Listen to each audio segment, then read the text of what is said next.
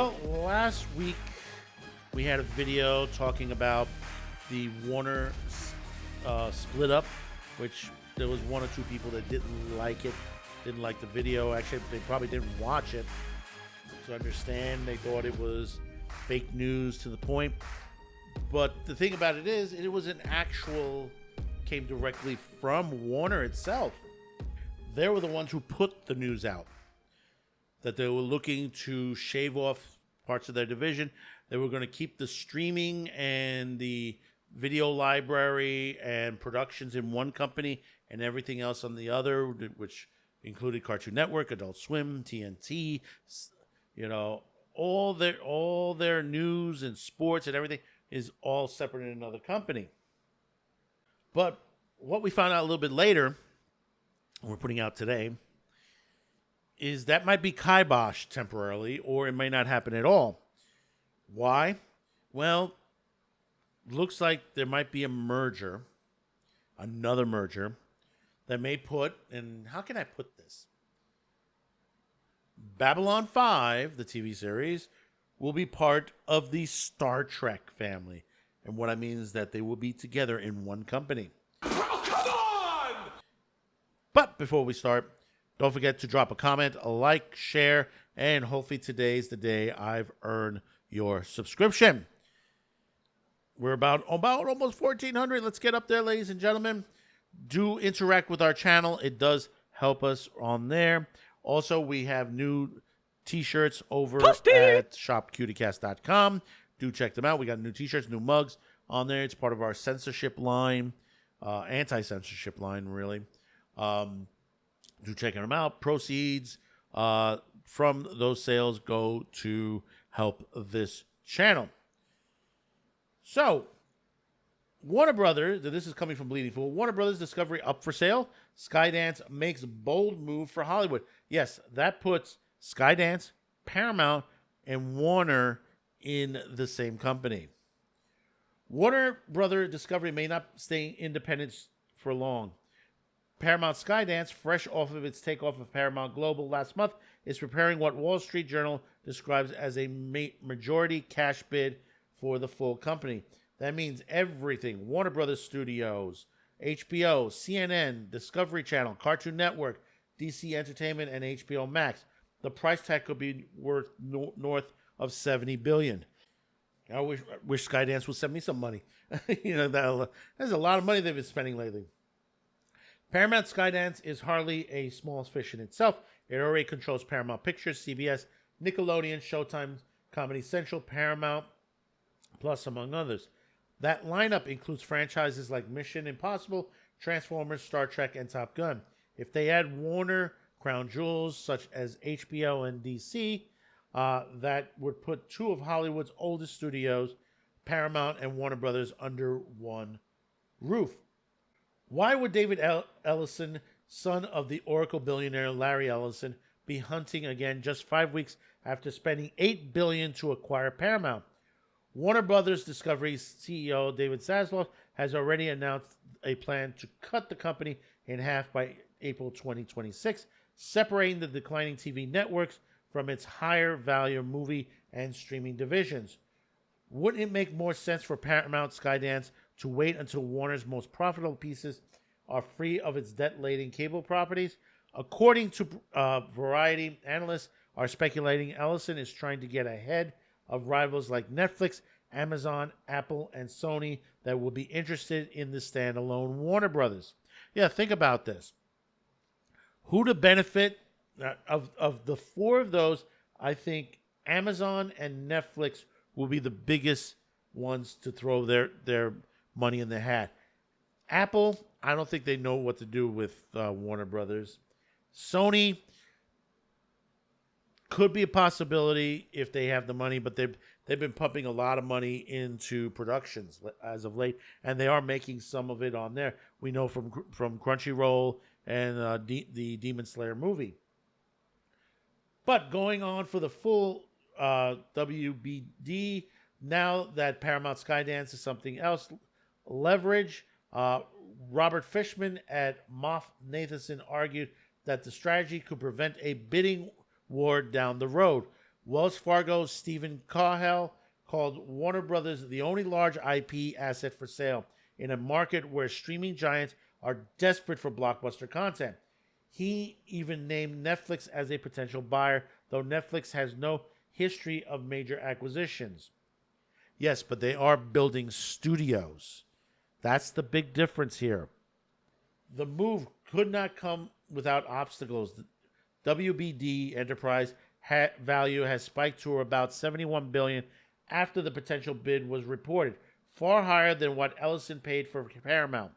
CFRA analyst Kenneth Leon wrote that Warner Discovery's heavy debt could block a higher offer altogether.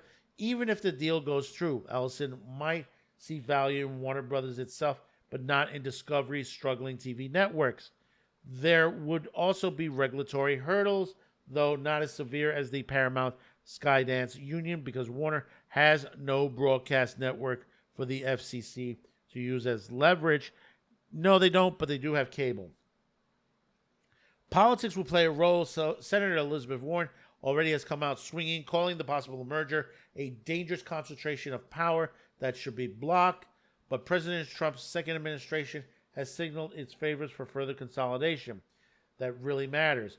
Trump has already signed off on the Skydance Paramount merger after securing concessions to strip out diversity, equity, and inclusion programs. Warner Sazloff himself has told colleagues he expects Trump to accelerate M&A across the industry. So what does this all mean for the ordinary viewer? If Paramount Skydance succeeds, two companies, Disney on one side and Paramount Warner on the other, who will control most of Hollywood blockbuster film and television output?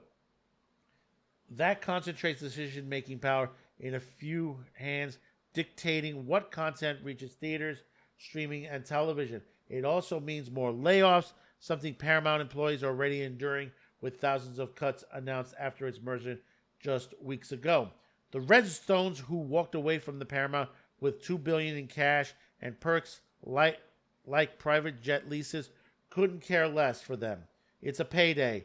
For everyone else in Hollywood, it might be perceived as just another merger, tearing through livelihoods and franchises alike. Will consolidation like this make content better or more homogeneous, with fewer voices deciding what America sees on the screen, and at what point does the march for scale simply squeezing out the last remaining competition in an industry run by only a couple of corporate giants? Well, that is an issue. Now, understand, for the years I've known Warner, and in my youth I used to work with, across with Time Warner back in the day in my public access days, working at Manhattan Cable TV with the shows that I used to help produce out there and work on there. They've always been an issue to that point. And from Time Warner to AT&T to now, this iteration, the Warner Brother Discovery, they've had problems. They've had major problems. Should they still shave off those other parts? Cartoon Network, Adult Swim, TNT, CNN? Yeah, I think they should. It might make a different division for the Warner. I just don't like the gathering of these companies together. But on the other hand, you have places like Netflix, Amazon that are still in business, that they're still in production, that they're making their own product. Same thing with Apple and Sony. I would believe Apple will be falling off of this soon. They're going to have to take to the point where, because of how popular some of this stuff doesn't do well in the streaming service, they're going to have to look to buy product instead of creating their own product on there. Now that leaves Netflix, Amazon, and Sony. The more benefit, like I said, Netflix and Amazon, I believe, will be the more beneficial. Netflix will be the best choice. If Netflix bids into here, that advances their studios. That puts their studios right up on top there. So it'd be like a Netflix Warner company at that point, with Netflix being on top to that on there. Or it could be Amazon Warner. Either way, any of these companies would get themselves an extensive library similar to what Disney got with Fox. And you wondered why, and you got people were mad at Zaslav for saying, well, they discontinued this cartoon series and that. They put that into there. They sold it off to this. He was fighting for survival. That's the thing about the Warner Brothers Discovery. Now we're to the point where we're talking about Skydance looking to take over. To take over the next big studio in the country. So that all leaves it to Skydance and Disney. Think about that for a minute. Think about that for a minute. Because that's something it's on. You know, we don't really want that. But the other point, like I said, the other point of it, besides the Netflix and all that, there are some independent production houses out there, small that they are, that are making money and could take the point to expand their companies. With everything reduced to too few companies, they might be able to squeak in there and start making product that, you know, to the point that will make theaters a lot of money. It could be possible. It could be to that point, but we don't know. Like I said, for those of you last week who doubted on that Adult Swim Cartoon Network onto the point and say, no, it's either going to happen or they're going to get absorbed into Skydance. One or the other. Which would you rather have? And drop that comment down there. Tell me. Let me know your thoughts.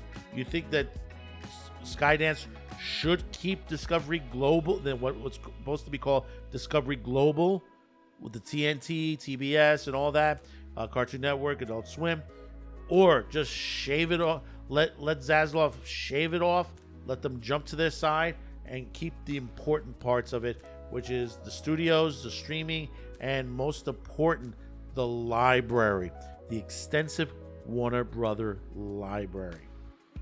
So once again, comment, like, share, and hopefully today's the day I've earned your subscription.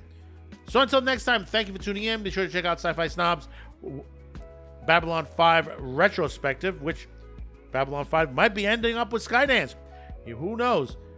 Do check them out. That's 11 p.m. Eastern right here on YouTube. And don't forget, Sci-Fi for Me. Do click on his subscription button so you know when he goes live. He does live shows on a constant basis. Not really every day, but every other day. Some great live talk on there. And he has an open mic night, I believe it's on Fridays as well. So until next time, thank you for tuning in, and we'll see you on the next video. Bye-bye now.